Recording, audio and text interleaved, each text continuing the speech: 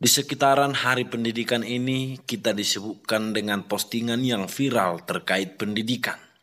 Pertama, seorang siswa TK yang menangis karena rindu sekolah, rindu guru, rindu teman.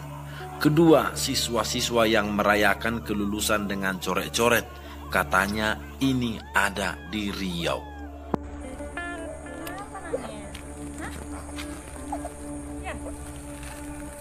Kenapa nangis?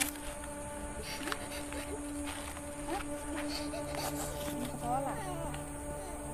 Iya. Kangen lu mau sadar. Kangen teman-temannya. Berdoa ya, mudah-mudahan corona cepat hilang. Iya, nak?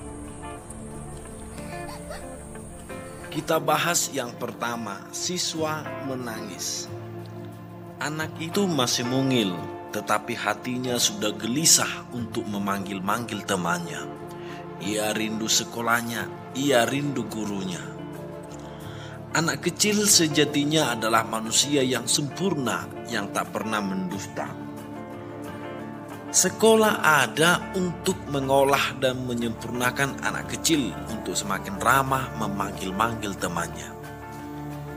Jika anak kecil yang sempurna tak berdusta ini di kemudian hari malah semakin merepotkan dan karakternya semakin buruk, dua hal yang patut kita pertanyakan adalah, ada apa dengan orang tua? Terlebih lagi, ada apa dengan sekolah?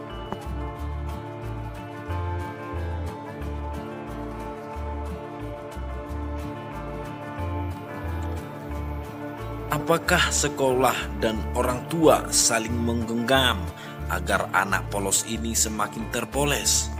Atau apakah sekolah dan orang tua justru saling berseteru sehingga anak ini semakin suka menggerutu dan semakin hirau bahwa guru adalah orang tua yang baru dan orang tua adalah guru yang baru?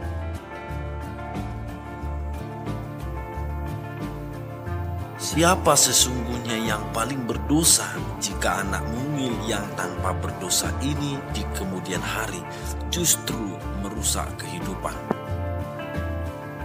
Kita masuk ke siswa yang coret-coret. Wah, Tevej! Yang di mana? Di sini. Oh, di sini. Ayo, Siswa angkatan COVID semestinya tak mengenal coret-coret. Bukan karena mereka lulus otomatis, tetapi karena memang saat ini hidup sedang dilematis. Maka belajar dari rumah pun dirancang agar COVID tak murka dan hidup kita semakin panjang. Sekolah dibuat seperti libur agar kita terpekur, bukan agar kita tidur, apalagi berlibur. Ada apa sebenarnya dengan pendidikan kita sehingga tak bisa membedakan mana kegembiraan, mana huru hara? Ada apa dengan siswa kita sehingga kesedihan dirayakan dengan keluyuran? Apakah keramahan sudah tak bisa dibedakan dengan kemarahan sehingga coret-coret untuk kenangan kekal dengan siswa-siswa lain dibuat menjadi gambar-gambar binal? Ya. Sekolah memang sebuah kegembiraan, bukan keputusasaan. Karena itu, pantas dia dirayakan ketika lulus, terutama ketika lulus tanpa akal bulus. Namun, kegembiraan tak sama dengan pesta, apalagi dengan huru hara.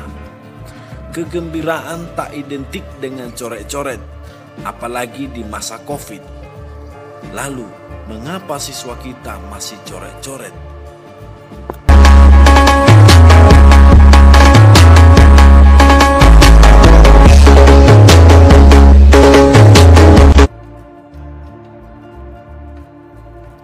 Akan tetapi, pada situasi sekarang ini, sekolah seperti tak bisa lagi mengarahkan siswa, apalagi kalau sampai melarangnya. Namun, jika sudah begini, lagi-lagi jutaan mata akan melotot kepada sekolah, seakan-akan sekolah satu-satunya sumber masalah. Tak banyak dari kita yang mencoba melihat hingga ke bilik rumah, bahwa jangan-jangan di rumah bersimbah masalah. Sudah saatnya rumah dan sekolah beramah tamah, bukan malah saling menaruh curiga. Buruknya karakter anak bukan semata karena anak berlagak monster. Buruknya sikap anak bukan karena gelapnya dunia. Kita ingat cerita-cerita dulu. Saat guru memarahi siswa, orang tua ikut mendukung, bukan malah memprovokasi. Saat ini, saat guru memarahi siswa, orang tua malah seringkali ikut mengintimidasi. Hasilnya, siswa kita semakin tak terbatasi sehingga pendidikan karakter tak pernah usai. Jadi, jikalau kini kita melihat siswa sedang coret-coret bahkan di masa COVID, ini adalah hasil renggangnya rumah dan sekolah. Sampai kapan kita guru dan orang tua bertengkar seakan pendidikan anak hanyalah kelakar, sehingga tak hanya masa depannya yang terbakar, karakternya juga bisa barbar. Bahkan jangan-jangan negara ini ikut bubar. Semoga kita semakin paham bahwa yang salah bukan hanya sekolah. Saya rindu sekali rumah dan sekolah kembali saling menggenggam, bukan mencengkram. Agar setidaknya cara siswa minta maaf lebih dari hati, bukan dari hal-hal lainnya. Assalamualaikum warahmatullahi wabarakatuh. Selamat malam semuanya. Jadi di sini kita mau klarifikasi atas masalah yang telah kita buat yang lagi viral sekarang tentang lulusan itu.